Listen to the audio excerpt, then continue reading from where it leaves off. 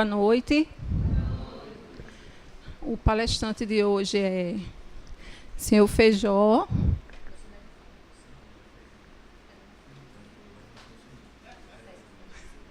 Ele veio, a instituição que ele é trabalhador, é a Federação Espírita. Temos o Fernando, que vai fazer a prece inicial. Dona Margarete, a prece final. E passo a palavra para o senhor Fernando fazer a prece de início. Senhor Deus de infinita bondade, te agradecemos por esta oportunidade de mais uma noite estarmos aqui reunidos em teu nome. Pedimos para que tu possas iluminar o nosso irmão Feijó, para que ele possa hoje nos transmitir a mensagem dessa palestra da noite de hoje e que possamos harmonizar nossos pensamentos para que possamos entender da melhor forma. Sendo assim, te agradecemos por tudo, na santa paz do Senhor Jesus Cristo. Assim seja. Passo a palavra para o palestrante, que vai dar o andamento da palestra. Diletos amigos, diletas amigas, meus irmãos, boa noite a todos. Eu só ouvi as vozes dos desencarnados. Agora eu quero ouvir a voz dos encarnados. Boa noite a todos e a todas. Agora eu vi. Tranquilamente. É de alegria renovada que volto a esta casa, mais uma vez, para testar a paciência de vocês. Lembre-se, são 60 minutos, viu? Para que vocês tenham paciência para me ouvir. E sempre agradeço o convite que o SELEC sempre me faz, para que nós possamos continuar sempre assim, não apenas juntos, nem também reunidos, mas acima de tudo unidos em nome do Senhor de nossas vidas. O tema proposto para esta noite, doutrina espírita, o Consolador prometido por Jesus. Esse Pai nosso de infinita bondade nunca deixou de enviar a este mundo emissários divinos para que pudesse fazer com que nós, espíritos milenares, encarnados neste mundo, pudéssemos progredir efetivamente. E esse progresso cobra de nós uma coisa acima de tudo: esclarecimento. E aqueles que aceitaram o convite de Deus para vir a este mundo nos esclarecer, sempre dentro das nossas condições e das condições deles, ofereceram sempre a oportunidade para que nós aprendêssemos. E o planeta Terra nunca se fez isento de receber as dádivas de Deus em torno da vida e da proposta dele, que é que nós, num dia, nos tornemos espíritos perfeitos. Não precisa ir muito tempo atrás. Há aproximadamente 3.300 anos atrás, um desses emissários veio para dizer que Deus existe e que a humanidade ainda não havia escutado falar sobre ele. Trazia no bojo da sua doutrina um pequeno, não digo uma pequena lei, mas trazia alguns dados para que daquele momento em diante a humanidade pudesse dar um novo rumo nas suas existências futuras. Este homem era um legislador. Israel foi o povo escolhido naquele momento para receber um decálogo, ou seja, os 10 mandamentos. Quando aquele povo recebeu aqueles 10 mandamentos, começaram a imaginar como nós ainda hoje, depois de 3.300 anos, ainda perguntamos como perdoar, como amar, como não matar, como não roubar, como não adulterar, como não desejar a mulher do próximo. Quanto de nós ainda não pensamos dessa forma, já passado quase 3.500 anos? E diziam os nossos que nos antecederam de que Deus falou diretamente àquele legislador.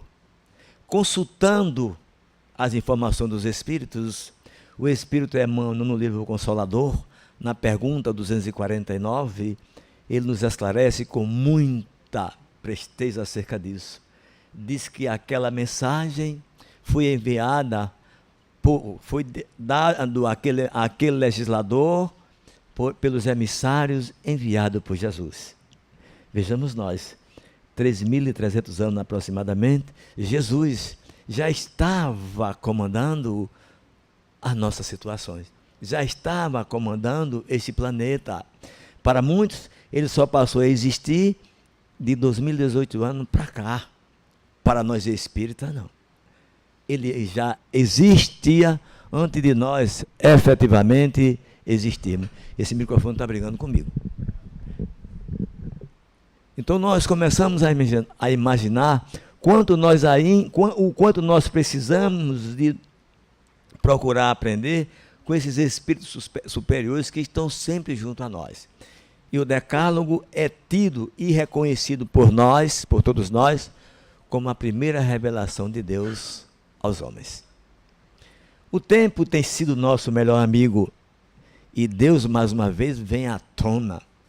Nunca deixou e nem deixará de enviar a nós emissário divino para nos tirar ainda dessas nossas limitações, para retirar de nós a ignorância quando se trata de assuntos espirituais. E nesses assuntos, nós ainda, mesmo sendo espírita há tanto tempo, estudando sempre a doutrina espírita, ainda somos limitados para dizer que conhecemos na íntegra a doutrina dos espíritos. Mas o tempo tem sido nosso melhor amigo. E o Espírito Meimei nos diz que a vida nunca deixará sem conta o tempo que nos entrega.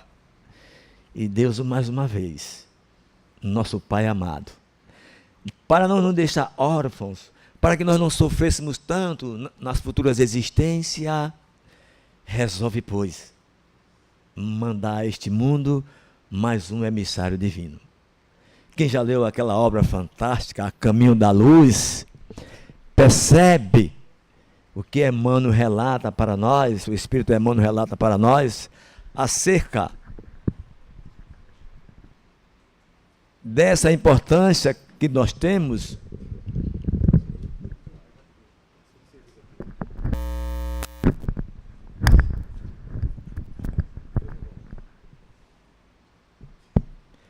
deste cuidado que nós temos de não ficar estagnados com a doutrina dos Espíritos.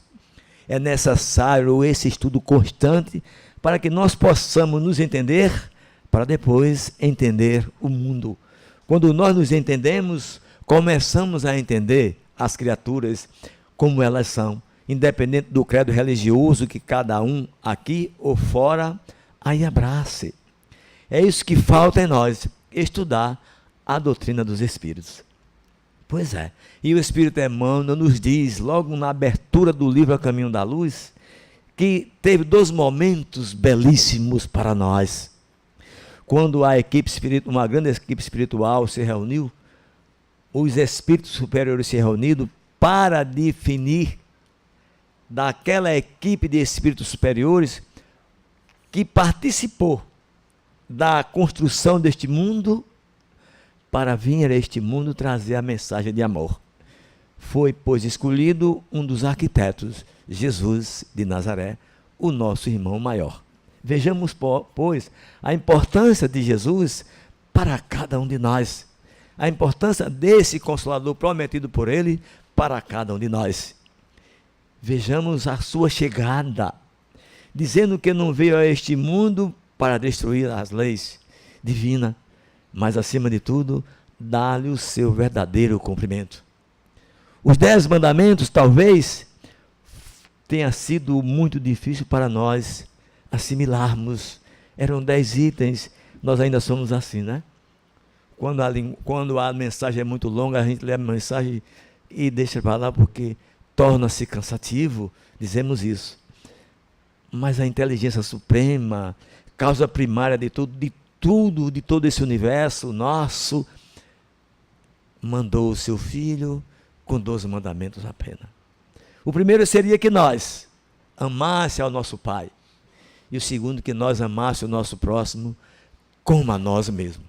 Estava aí entregue a nós a bússola do nosso roteiro para uma existência melhor, para uma existência menos complicada do que vivíamos há 3.500 anos atrás, e para os futuros milênios, amar o próximo como a si mesmo. A sua chegada foi motivo de surpresa e de questionamento por todos, porque era aguardado um rei. Mas ninguém imaginava que ele era um rei estelar. Ninguém imaginava que ele era o enviado direto do Pai para nós. E cada um imaginava como é que ele havia chegar a este mundo, tido como nós hoje na condição de espírita, como um mundo de prova e de expiações, onde o mal ainda predomina sobre o bem. Por conta disso, aqueles que viviam em palácio imaginaram: deve nascer no meu palácio, porque vai ser um rei. Menos Herodis Antipas, que não aceitaria isso jamais, que Jesus nascesse no seu palácio.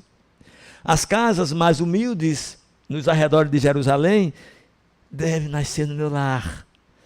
Porque se ele é um rei, como seria bom que ele nascesse no meu lar. Se fosse eu dizer, era bom que ele nascesse em Paulista, na cidade em que eu moro, porque seria o Salvador do mundo próximo a mim.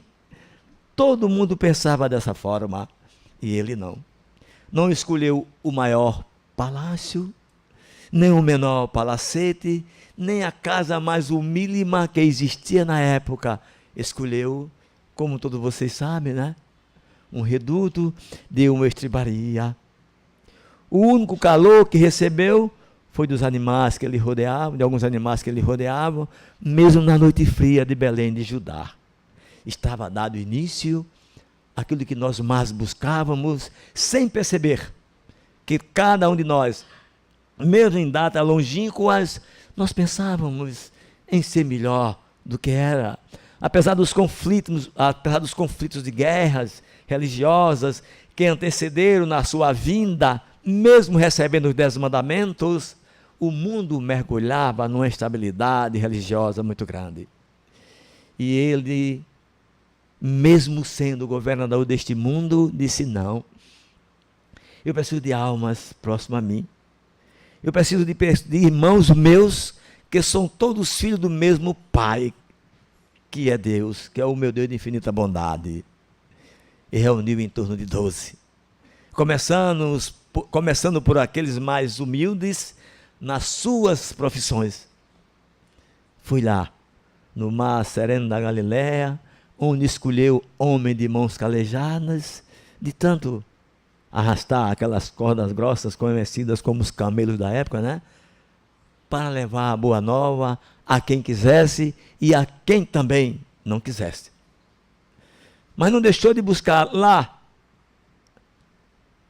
numa coletoria, um cobrador de imposto, que era também inimigo dos judeus. Todos eles estranharam tal atitude, como unir pensamentos divergentes para levar a boa nova, para dizer que Deus existia e era um Pai de infinita bondade. Como reunir essas criaturas? Pedro perguntou isso acertadamente, Tiago, João e tantos outros. Trazer um publicano para o nosso redil? Era preciso juntar almas de pensamentos divergentes, de ideias diferentes, mas com objetivo salutar, todos no mesmo caminho. Por isso que quando me tornei espírita, quando era jovem, a minha idade de 22 anos, já faz tanto tempo isso, e perguntei aos mais idosos do que eu na época, né? Qual a melhor religião? Porque estava conhecendo o Espiritismo, né? E me disseram: todas elas são boas. O erro são dos seus profetentes. Então, nós somos, dizia aquele homem para mim de cabelos grisalhos, já ao quebrado pelo tempo, seus 80 anos, eu estou quase chegando lá, dizia: nós somos soldados, Feijó, em quartéis diferentes, atendendo ao mesmo general que se chama Jesus Cristo. Disse-me ele isso. Então Jesus queria soldados com quartéis diferentes para atender ao general maior do que ele, que era e continua sendo Deus, que é o nosso Pai de infinita bondade. Era isso, juntar, aproximar as criaturas, que elas se amassem umas às outras, ao ponto de dizer que os seus discípulos no futuro seriam conhecidos por muitos se amarem não deixou nenhuma religião. Se deixou, talvez tenha sido essa, que não nos amássemos uns aos outros, porque da forma que tratava um publicano, tratava um judeu. Da forma que tratava um judeu, tratava um gentil. Da forma que tratava os mais próximos a ele, tratava um samaritano. Para ele não havia diferença. E todos estranhavam essa sua atitude. O que é que esse homem quer neste mundo tão difícil de entender? Onde, diziam eles, nós somos seres segregados dessa sociedade judaica. Ninguém nos respeita, todos nos tratam mal, nós somos sem valor. E Jesus disse que o menor entre os homens seria o maior no reino dos céus. Era difícil entender essa linguagem. Era difícil entender essa mensagem de renovar. Renovar como, Senhor? Como entender? Aquele que lhe procurou nas caladas da noite para uma entrevista, buscando se era verdade que nós um dia nasceríamos de novo, ele disse que sim, que era preciso renascer, quantas vezes fosse necessário para a evolução, disse ele isso a Nicodemos. Ele era mestre em Israel, não entendia dessas coisas, porque também não conhecia ele as obras de André Luiz. Se tivesse conhecido, não teria saído daquela época, 2018 anos atrás, com essa dúvida. E Jesus veio nos preparar para este futuro, para que nós, quando saíssemos deste mundo, não saíssemos com dúvida acerca do nosso futuro, que era muito difícil para nós. Quando éramos jovens, quantas vezes não perguntávamos, será que vale a pena viver? Será que vale a pena caminhar, Érica? Será que valeria a pena lutar, Luciano, né? Fernando, será que valeria a pena lutar tanto pela vida? Se a morte viria e ceifaria a nossa vida, para que viver? Para que constituir família? Para que ter parentes? Para que para ter herentes? Para que ter genros e noras, história, etc. e tal? Se a morte ceifaria com tudo isso. E o mestre foi mestre por excelência, sempre divulgando a vida futura, sempre divulgando para nós que a vida não cessava quando a morte batia às nossas portas. E os judeus tinham essa dúvida acerca de tudo isto. Quanto à questão da reencarnação, quando falamos sobre isto, todos dizem, isto é neologismo criado pelo Espiritismo. A reencarnação surgiu com o Espiritismo, ela surgiu com Jesus, quando esclareceu a humanidade sobre isto. Alguns teólogos, às vezes nesses cultos ecumênicos nossos, pastores de igrejas religiosas, dizem que na Bíblia, que é o conhecido livro sagrado, mas ainda o menos lido, o menos estudado, como nós espíritas, o Evangelho segundo o Espiritismo, que é a terceira obra da codificação, é o mais vendido, mas ainda é o menos estudado, é o menos lido. Pois bem, ele falou sobre isso em linguagem muito clara, quando indagou aos seus discípulos, perguntando-os, o que dizem de mim? O que dizem do Filho do Homem? Ah, Senhor, respondeu alguém, dizem que tu és Jeremias, outro diz que tu és Elias, ou um dos profetas que há de vir. Como poderia alguém dizer que Jesus era Elias que já tinha vindo antes dele? Quando poderia alguém dizer que Jesus era Jeremias, um dos profetas que também o antecedeu, que anunciou a sua própria vinda? Ora, estava claro que ele já nos preparava para dizer que era preciso renascer, que a morte não existia. E essa dúvida não existia para quem lhe perguntou. E a resposta foi precisa. E tu, o que me dizes, Pedro? Tu és o Filho de Deus vivo entre nós. Diferenciando a sua evolução espiritual em relação a nós, disse ele, Pedro. Mas o tempo foi passando e era preciso difundir tudo aquilo que ele havia trazido no bojo da doutrina, trazido diretamente do Pai para todos nós. A gente ficava pensando no passado, não muito remoto, porque dizíamos para nós que o salário do pecado é a morte. Doía em nós. Porque se éramos jovens, éramos pecadores. E envelhecendo muitas das vezes no corpo físico ainda, né? Pecando, errando, cometendo erros. Hoje, os nossos delitos são menores, porque nós conhecemos a doutrina dos Espíritos, que é o Consolador prometido por Jesus. Mas é esse bojo doutrinário que faltava no passado em nós, há 50, 60 anos atrás. A prova, a confirmação da vida após morte, da preexistência da alma, desse convívio nosso, antes daqui chegar nós já existíamos. Faltava essa confirmação. E Jesus preparou a humanidade também para isto. Todos aqueles que seguiram os seus passos perceberam a sua diferença. Ele é diferente de nós. Alguns levaram para o lado social da época. Tinham ele como um ser revolucionário, porque era um rei que aguardavam-no como um rei guerreiro que fosse defender os mais proletários pela espada ou pelos conflitos de qualquer forma. Não, ele defendia a todos pelo amor. Mas eu dizia que nós, quando éramos jovens, sentíamos essa necessidade de seguir neste mundo com esperança e ser consolado, acima de tudo, e esclarecido. E buscávamos uma doutrina que nos reformássemos intimamente, que reformasse o nosso eu, que burilássemos nós por dentro, para que quando nós fôssemos sair pela rua, se dizer, ali vai um representante do Cristo, como seguir os 11 depois da sua partida deste mundo. Pois bem, mas do bem nós. Essa questão de viver ou não viver, porque dizíamos no passado a nós, se vós fosse bem, de um homem de bem aqui na terra, vós teria, pois, o reino dos céus. Se vós foste um homem mau aqui na terra, vós teríamos direito ao inferno, ou às penas eternas. E se vós fosse um homem mais ou menos, nem bom nem ruim, vós teria o chamado purgatório.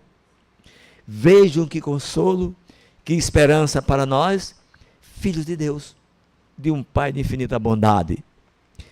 Mas era bastante assimilar aquilo que ele disse aos seus discípulos, que na casa do Pai havia muitas moradas. Se não houvesse, disse-nos ele, eu vou teria dito.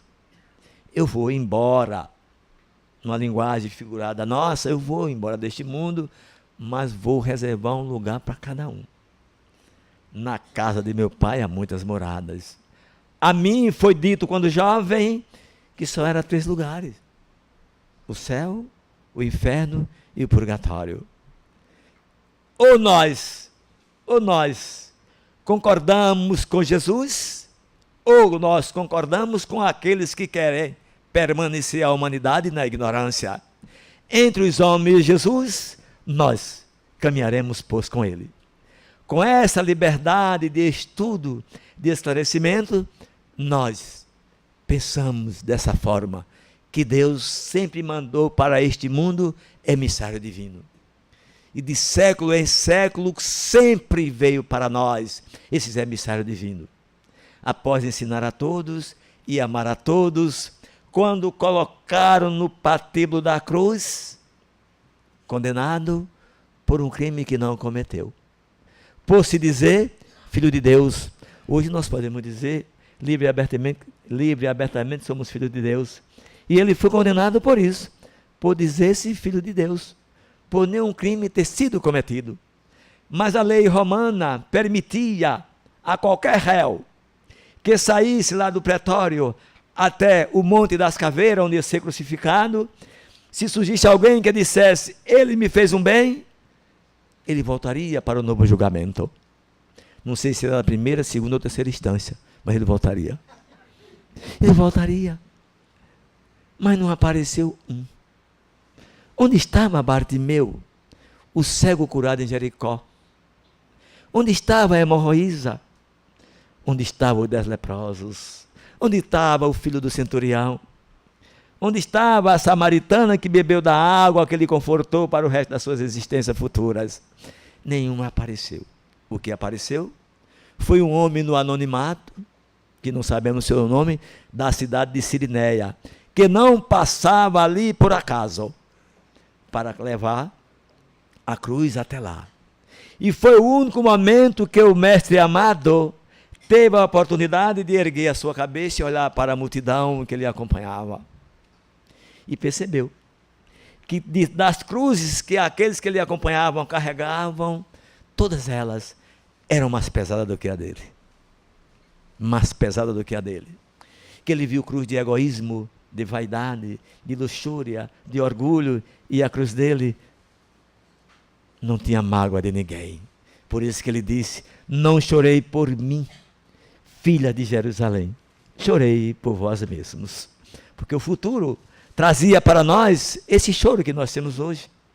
Nós ainda estamos chorando porque deixamos de realizar no passado aquilo que ele disse, ama o próximo como a ti mesmo. Pois bem, daquele estado, naquela condição, Pilatos, para atender a voz do povo, que nós dizemos erradamente que é a voz de Deus, né? Só bastou alguém gritar, Barrabás. Um só gritou. E o coro se fez presente. E ele foi para lá. Quando foram buscá-lo lá na tumba, ele não estava. Vocês já imaginaram nisso? Nós já imaginamos nisso? Ele não estava. Onde está o meu rabi? Perguntou a ex-pecadora, a ex-meretriz da pequena cidade de Magdala. Onde está meu rabi? Eu estou aqui, Rabone. Vais e diz a eles que eu não morri, que eu continuo vivo. Foi preciso aparecer aos seus discípulos para dizer, sem abrir a porta, entrar para dizer que estava vivo. Um deles foi preciso tocar na sua chaga para dizer que realmente ele estava vivo. Nós somos ainda assim, os Tomés da vida. Nós só acreditamos naquilo que nós pegamos, naquilo que é tangível. Se nós não pegamos, não acredito. Nós não conseguimos pegar o ar, nem o vento, mas acreditamos que ele existe. E tantas outras coisas que nós ainda somos Tomés da vida. Mas não se assustem, disse ele, que eu vou, mas jamais deixarei vocês órfãos. Não se preocupem. Se fosse uma linguagem dessa nossa hoje, não se preocupem, que eu vos enviarei um consolador. Não se preocupem. E o evangelista João escreveu isso no seu capítulo 14. Não vos deixarei órfãos. Este consolador chama-se a Espírito de verdade. Ficará eternamente convosco. E vai dirimir as dúvidas daquilo que eu estou falando hoje, vocês não entendem. No futuro vocês entenderão tudo isso. O tempo passou. Ele foi embora e seus discípulos pensaram, ficamos órfãos. E agora o que fazer sem ele? Aqueles que abraçaram a sua doutrina, os seus preceitos divinos, foram crucificados, outros foram decapitados, outros foram apedrejados, mas aceitaram, por honradez, dizer, ele é verdadeiramente o caminho, a verdade e a vida para o nosso Pai. Por isso que aceitaram o desafio. Os séculos foram passando. E todo século na Terra sempre teve descobertas. E o século XIX não fugiu a esta regra. Jesus, na sua infinita bondade, resolve mandar a este mundo mais um emissário, para nos tirar da ignorância, ainda no século XIX, para nos tirar da ignorância. E a cidade escolhida foi a cidade tida como cidade-luz, Paris, país da França. A luz que brilhava era luzes materiais, mas precisava da luz espiritual para espargir ao mundo a luz que Jesus te havia dito. Eu sou a luz do mundo, mas também disse, brilha a vossa luz, onde quer que vocês estiverem, disse ele há 2000 anos atrás, passado. Pois bem, o emissário nasceu em 1804, lá na França. Desconhecido, foi-se embora para a Suíça, estudar, voltou. E eu, na minha santa, que eu não sei se ignorância é santa ou não, né? Como nós dizemos, na minha santa ignorância, eu pensava que na minha jovialidade, com 24 anos, 25 anos, eu era o PhD em tudo. Só porque terminei o ensino médio. Na época era o segundo grau. Aí quando olho para aquele jovem, quando começo a pensar naquele jovem com 24 anos de idade, eu anotei para não esquecer. Com 24 anos de idade, esse jovem apresentou um plano para aperfeiçoamento da instrução pública. Vocês já imaginaram? Que Feijó, como eu sou burro e não imaginava naquela época que eu era jovem. Com 24 anos ele fez isso. Com 25 anos, ofereceu a capital da cultura, um curso prático de aritmética. Um jovem com 25 anos. Aos 42, ele ofereceu à humanidade uma gramática exclusiva para a França, uma gramática francesa. Aos 44 anos, o catecismo gramatical da língua francesa. Vocês já imaginaram? Já passei por essa idade, não fiz nada disso ainda. E me julgava inteligente. Me julgava o homem mais culto do mundo, com 24. E lecionava fisiologia, astronomia, química e física. Este espírito renasceu nessa condição. Intelectual muito alto, era conhecido somente como um professor, Hipólito Leão Denizade Rivai, que no dia 31 de março, agora, comemorou-se a data do seu desencarne e passou despercebido por muitos dos espíritas. Nós lembramos de governadores de estado, de senadores, de tanta gente, né? E esquecemos desta envergadura deste espírito que ofereceu à humanidade o maior tratado de filosofia. As portas se abriram. Em 1854, esse professor ouviu falar de umas mesas que giravam, que levantavam, que subiam. Imagine se fosse aqui agora, essas mesas subindo aqui agora. O que seria de nós? Será que nós levantaríamos correndo por aí, dizendo que a assombração estava chegando, né? Já pensou? Essa máquina filmadora começar a flutuar aqui agora? Quem ficaria sentado? Ele ouviu isso e disse, isso é normal. Pelo magnetismo, os móveis podem levantar-se. E não quis nem saber mais da conversa sobre essa questão. Mas disseram, não, professor Hipólito, as mesas estão falando. Ele disse, essa eu pago para ver. Mesa falar? Não pode. Eu pago para ver. Eu nunca vi madeira inteligente, mesa e cadeira inteligente, e fui participar de uma sessão, para nós hoje, né, uma reunião mediúnica.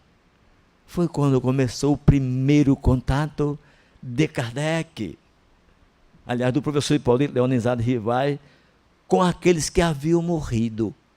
Aquele a quem Jesus já havia dito a Nicodemos que era preciso renascer, que os mortos haviam falar, como disse o profeta Isaías, como disse Job, que a vida existia e esses mortos falariam um dia. Pois é. E ele, no 18 de abril, hoje, 1857, 161 anos atrás. Esta obra fantástica está em nossas mãos há 161 anos atrás. Ainda não conhecida por muitos de nós espíritas. É a terceira revelação de Deus enviada para a humanidade. A primeira com Moisés, quando recebeu através da pneumatografia o fenômeno da escrita direta, onde os espíritos escreveram e entregaram para ele. A segunda, a revelação enviada por Deus através de Jesus. E a terceira, prometida por Jesus, a doutrina dos espíritos. E nós começamos a perceber a importância desta obra para cada um de nós. Contém ela 29 capítulos. 161 anos, continua íntegro este livro. 1019 perguntas e respostas daquela que nós queremos sempre buscar. Das perguntas que os discípulos perguntaram a Jesus e ele não entenderam. Por isso que ele prometeu esse Consolador. 4 partes apenas. A primeira parte trata-se das causas primárias, com 4 capítulos. A segunda parte trata-se do mundo espírita, ou mundo dos espíritos, com 11 capítulos. A terceira parte trata-se das leis morais, com 12 capítulos. E a última parte trata das esperanças e consolações. Na primeira parte, o que mais perturbava em nós era provar para o nosso próprio conhecimento a existência de Deus. Ele ainda não era conhecido como Allan Kardec. O professor indaga aos espíritos superiores, na primeira pergunta, o que é Deus? Não perguntou quem é nem quem era, o que é? A pleiade de espíritos superiores, enviada por Jesus a este mundo, respondeu-lhes: a inteligência suprema, causa primária de todas as coisas. E nos criou imortal. Ele, como causa primária, nos criou imortal. Nós somos esse que nós nem imaginávamos. Nessa mesma parte, nós somos apresentados como Filho de Deus, de um Pai amantíssimo para nós. Nós somos esse princípio inteligente do universo. Nós não valorizamos isso ainda, né, Paulo? Nós somos o princípio inteligente do universo, nessa primeira parte. E como admitir a sua presença? Como perceber Ele diante de nós? É bastante que nós aplicamos um axioma a nós mesmos. O que não é criado por nós, é criado por Ele. Todo efeito tem uma causa.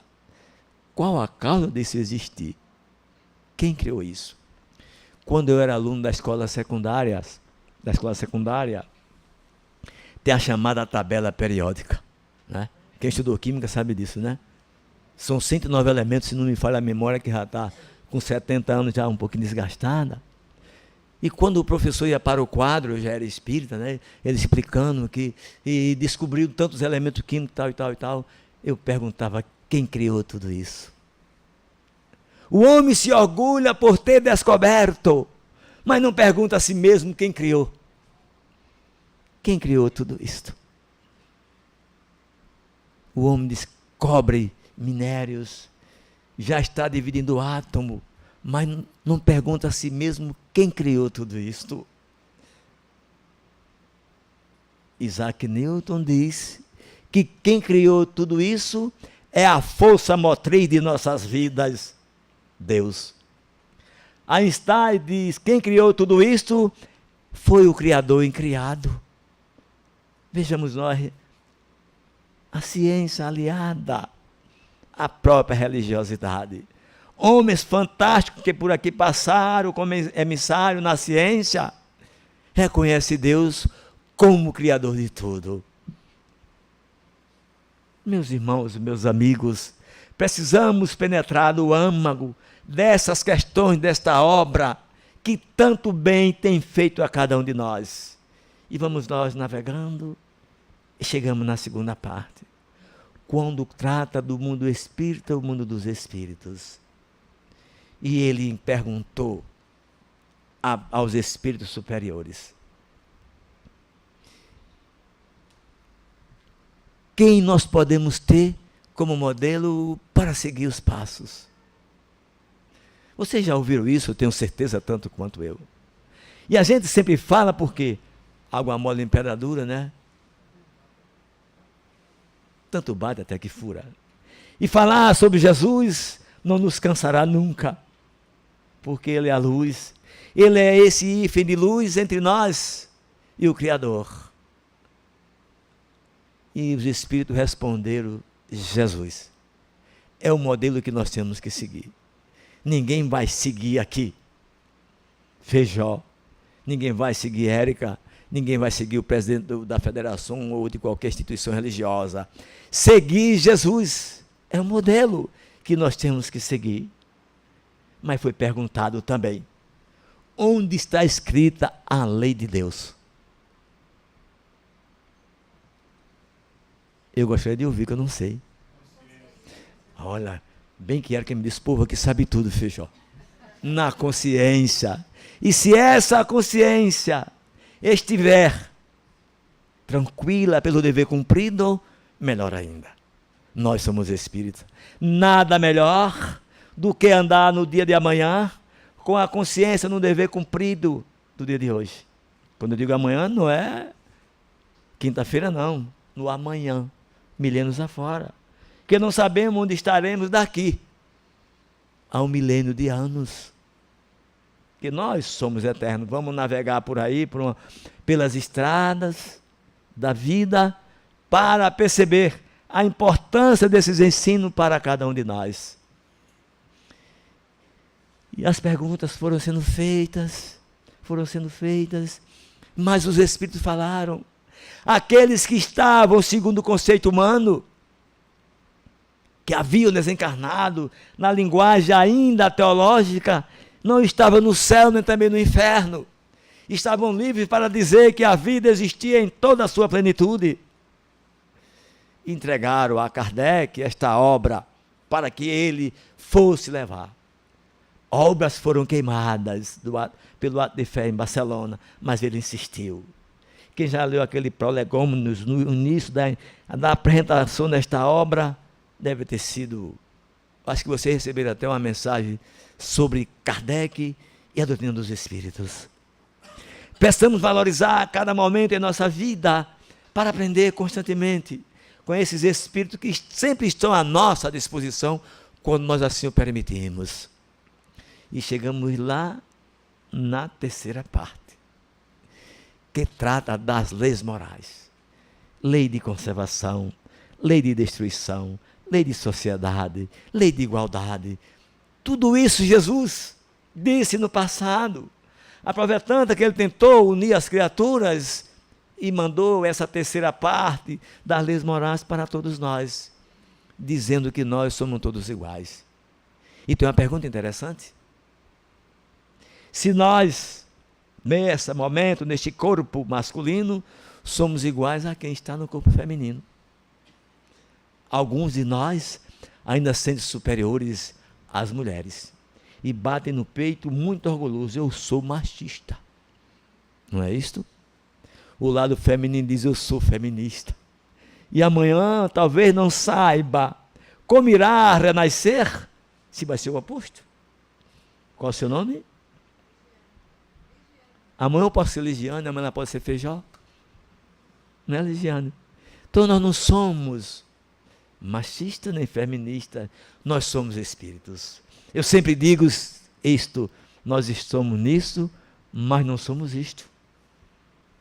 E a filosofia espírita nos convida para esta realidade de nós nos amarmos sempre uns aos outros, independente, mais uma vez repito, do credo religioso que cada um aqui abraça.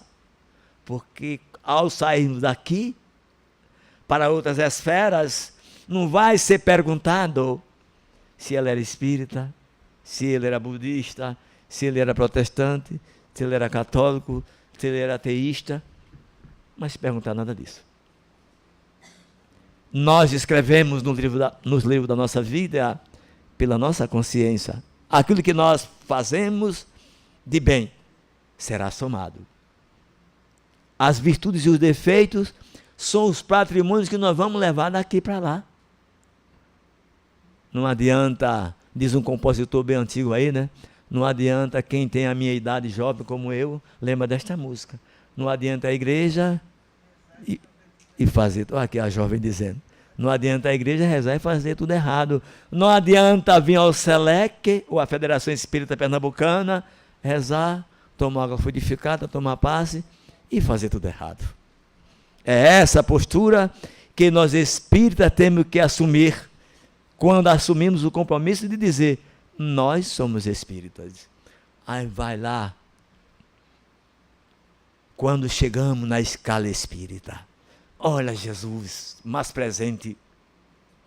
Nós, quando ele disse, quando tratou da habitabilidade dos mundos, e essa progressão nossa está lá na escala espírita, da pergunta 100 em diante, que nós, mesmo ainda rastejando pelo chão espiritualmente falando, no futuro, nós seremos espíritos puros.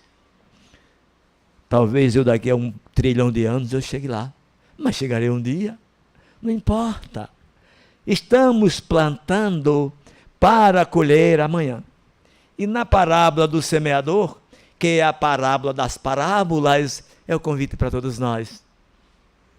Ide e pregai. Ide e façamos sempre o bem. Espírita, disse o Espírito de Verdade no capítulo 6, da terceira obra da codificação, que é o Evangelho, que é o Evangelho segundo o Espiritismo. Amai-vos, mas também instruí-os. Estudar. Sem esse estudo, torna-se-á entender Jesus e entender Kardec. Por isso que Nicodemos foi convidado por Jesus para estudar. És mestre em Israel e não conhece essas coisas ainda? Talvez tivesse estudado os livros antigos dos profetas que o antecederam. Talvez tivesse admitido a vida após morte.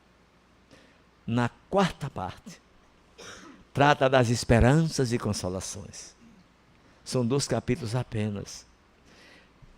Nós vivíamos tão desesperançosos e ninguém nos consolava, porque não tinha conhecimento de causa dessa que nós temos hoje.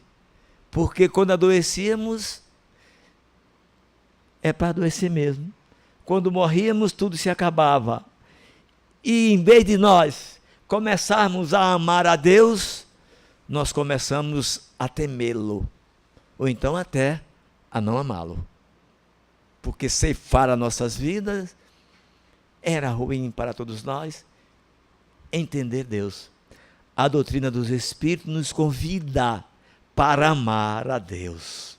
É este amor a Deus que nos proporciona momentos como esse, onde cada um aqui saiu do seu lar, ou veio do seu trabalho, por livre e espontânea vontade de dizer, eu vou para o SELEC, para aprender, não com Feijó, aprender com os Espíritos que vão inspirá-lo nesta noite, para me dizer que Jesus efetivamente está conosco a todos os momentos da nossa vida. Mas acreditar na morte, acreditar na vida após a morte, às vezes temos que passar por experiência. Eu me lembro de uma história que me contaram, não sei se é verdade, mas me vi como um fato verídico para perceber que a vida realmente existe. Nós, quando éramos jovens, éramos mais afoitos do que hoje, não é isto? Mais afoitos. Andávamos pelas ruas escuras da cidade, sem receio nenhum. Hoje as ruas são muito iluminadas e a gente anda com receio, com medo de tudo, até da nossa sombra. Tem alguém atrás de mim, não é a sua própria sombra, a sua resta, e fica com medo, a gente tem com medo.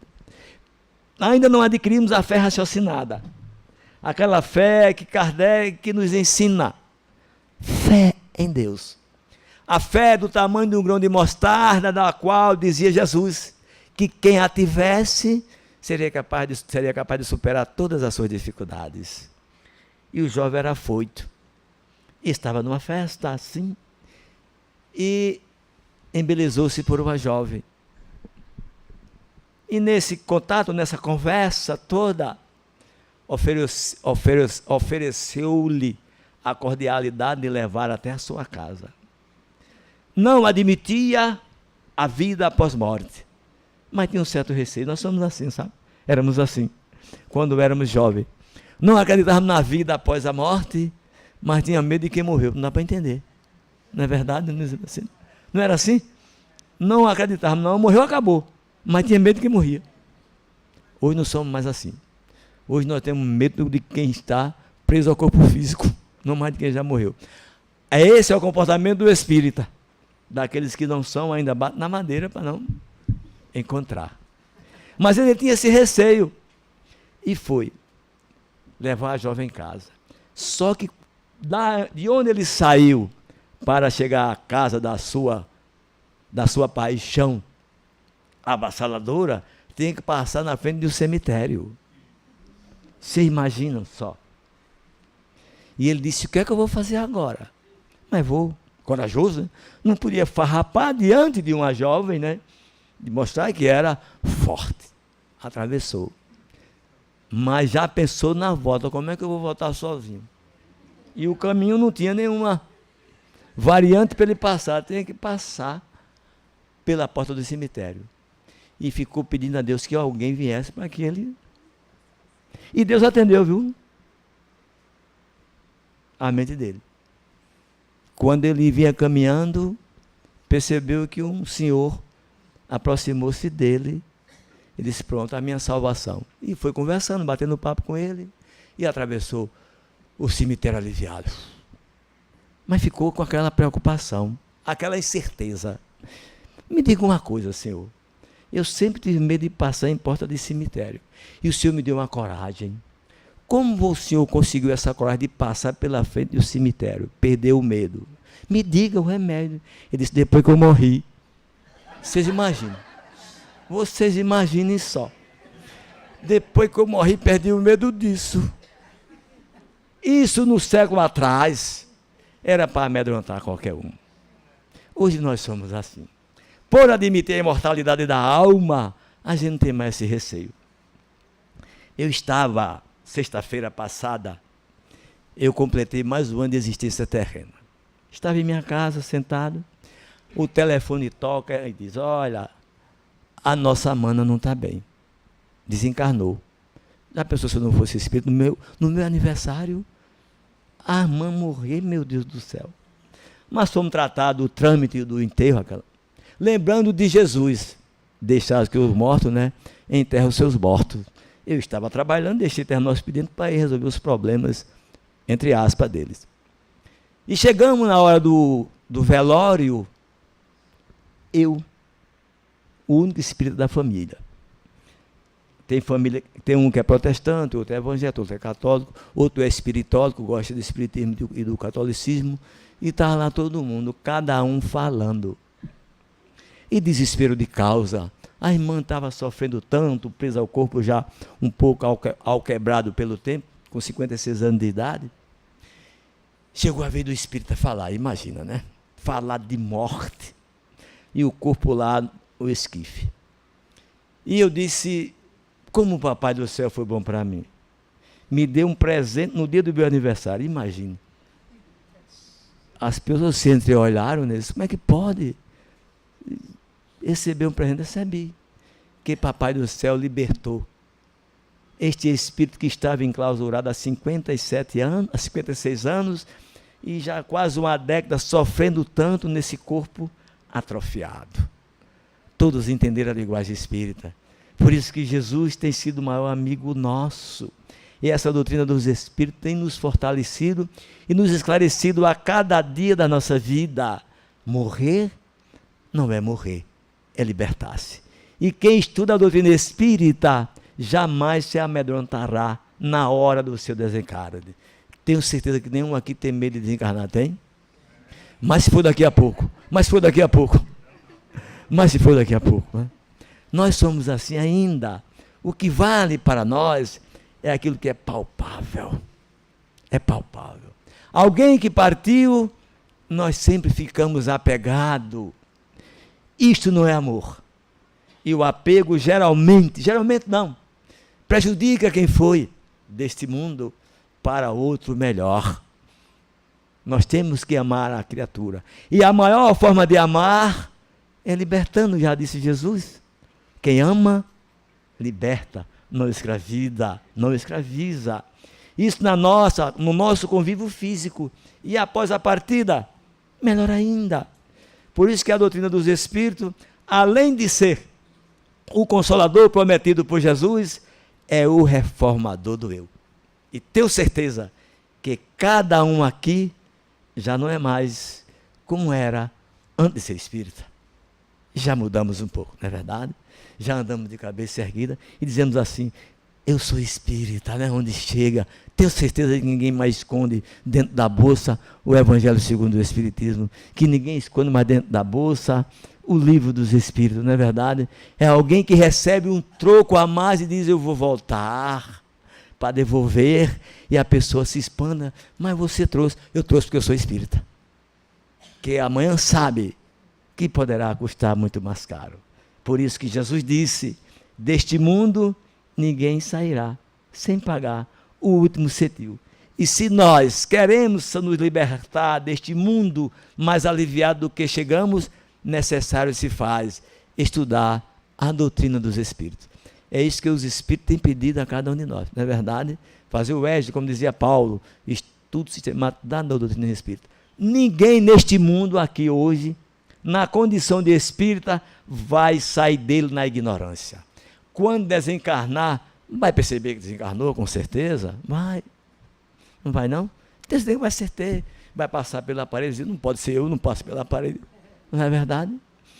Vai conversar com as pessoas, vai seguir, às vezes, o próprio séquito, o próprio enterro. Vai dizer, esse pessoal andando, eu estou aqui conversando. Quem lê obras espíritas se esclarece para o futuro melhor. E essa doutrina dos Espíritos, prometida por Jesus, tem feito de nós almas mais fortes para perceber a dificuldade. Que quando ela chega, nós dizemos assim, chegou a dificuldade para que eu possa superar.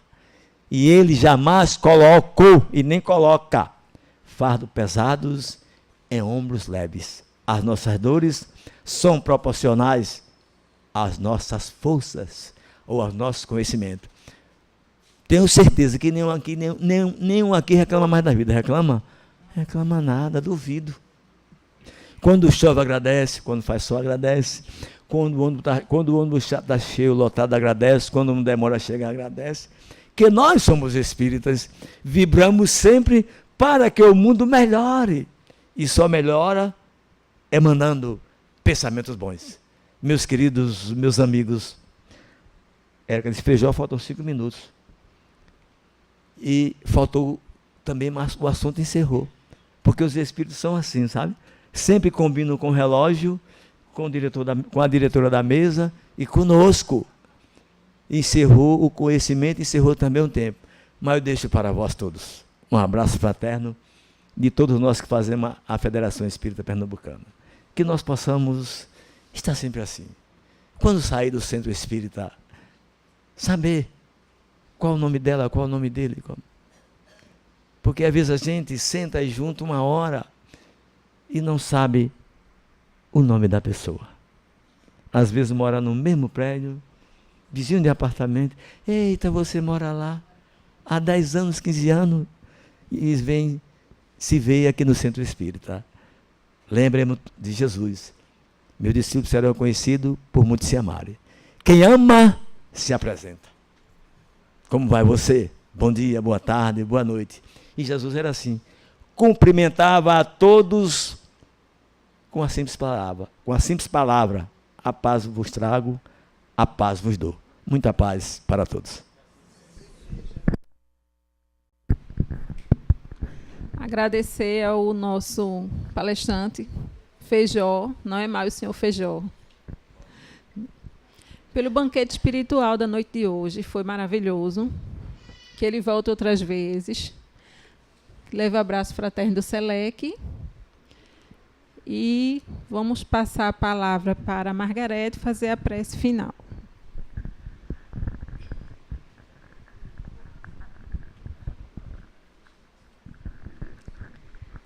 Que possamos elevar o nosso pensamento ao alto neste momento, em agradecimento por tudo que aqui ouvimos, que possamos, Jesus amado, pôr em prática no nosso dia a dia, pouco a pouco, vencendo as nossas dificuldades interiores.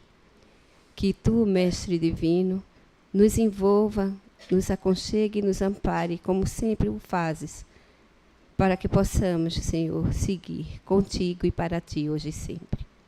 Que este amor, que esta paz, que esta harmonia que se fez presente na noite de hoje, possa estar sempre conosco, hoje, agora e sempre.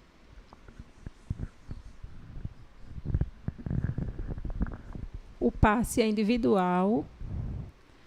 Não esqueçam as águas. Quem estiver em tratamento se mantém em silêncio, na mesma vibração.